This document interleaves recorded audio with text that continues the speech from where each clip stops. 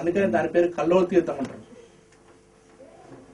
దాంట్లో స్నానం చేసినట్టయితే సాక్షాత్తు ఇంద్రుడికి మొత్తం శరీరం మొత్తం యోనిలు అయిపోయినాయి. అంటే మన పరిభాషలో ఏం చెప్తారంటే ఒంటి నిండా కళ్ళు వచ్చినాయి అంటారు. కళ్ళు కాదు, యోని అనమాట, శరీరం మొత్తం. ఆ శాప విమోచనమైన స్థలము ఆ తులజాపూర్లో ఆ కల్లోల తీర్థంలో ఆయన స్నానం చేస్తేనే సాక్షాత్తు ఇంద్రుడికి శాప విమోచనమైంది. దానికి ఎదురుగా కుడి పక్కన గోముఖ తీర్థం అని ఉంటుంది.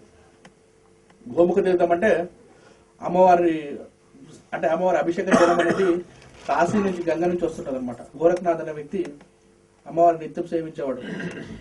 ఆ వ్యక్తి ఒకసారి కాశీ వెళ్ళాలని ఆ వ్యక్తికి వచ్చిందనమాట.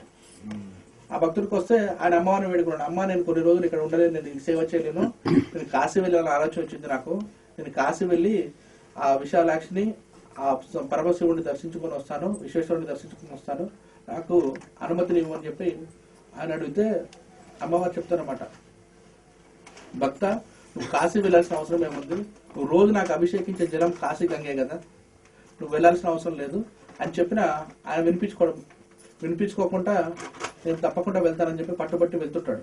వెళ్తున్నప్పుడు అమ్మవారు ఒక వృద్ధ మహిళా రూపంలో ప్రత్యక్షమైపోయి ఆ గోరఖనాథ్ అనే భక్తుడికి ఒక చిన్న కర్ర ముక్క ఒక నిమ్మకాయ ఇస్తుంది అనమాట. నేను కాశీ వరకు రాలేను కాబట్టి నడుచుకుంటే వెళ్ళేవారు, నడుచుకుంటే నేను కాశీ వరకు రాలేని శక్తి నాకు లేదు కాబట్టి నా తరపున గంగామాతకి ఇది అర్పించమనేసి ఆ భక్తుడు వెళ్ళాడు. కాశీ గంగలో స్నానం చేశాడు.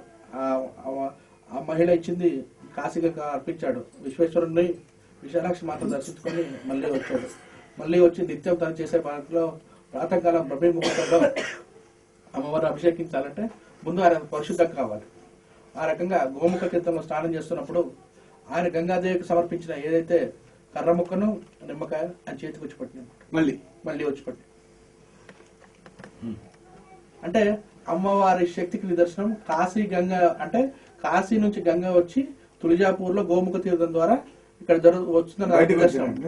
అప్పుడు అమ్మవారి శరణు వేయడం, అమ్మ నీ మాట కాదని నేను వెళ్ళేందుకు నాకు మంచి శిక్ష విధించావు, ఇంకెప్పుడు ఆ పని చేయని చెప్పి అమ్మవారిని శరణు వేడి ఆయన జీవిత పర్యంతం కూడా అమ్మవారి సేవలు తరించాడు. అంటే దీన్ని బట్టి మనకు అర్థమవుతుంది అంటే ఎంత మహిమాన్విత క్షేత్రం తులజాపూర్ అనేది మనకు అర్థం చేసుకోవడానికి చాలా మంది తెలియదు. నిత్యం మన ప్రాంతం నుంచి కూడా సంవత్సరానికి ఒకసారి 2 సార్లు తులజాపూర్ వెళ్ళే భక్తులు చాలా మంది ఉన్నారు.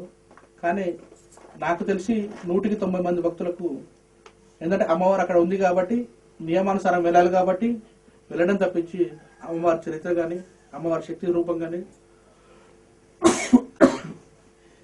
చాలా మంది తెలియదు. కాబట్టి అందరికీ తెలియపరచాలన్న చిన్న ప్రయత్నం ఏది. అయితే పూర్వజన్మ సుకృతం వల్ల ఎన్నో జన్మల వాళ్ళ తాతల తండ్రులు చేసిన పుణ్యాన్ని ప్రతిఫలమే ఈరోజు మన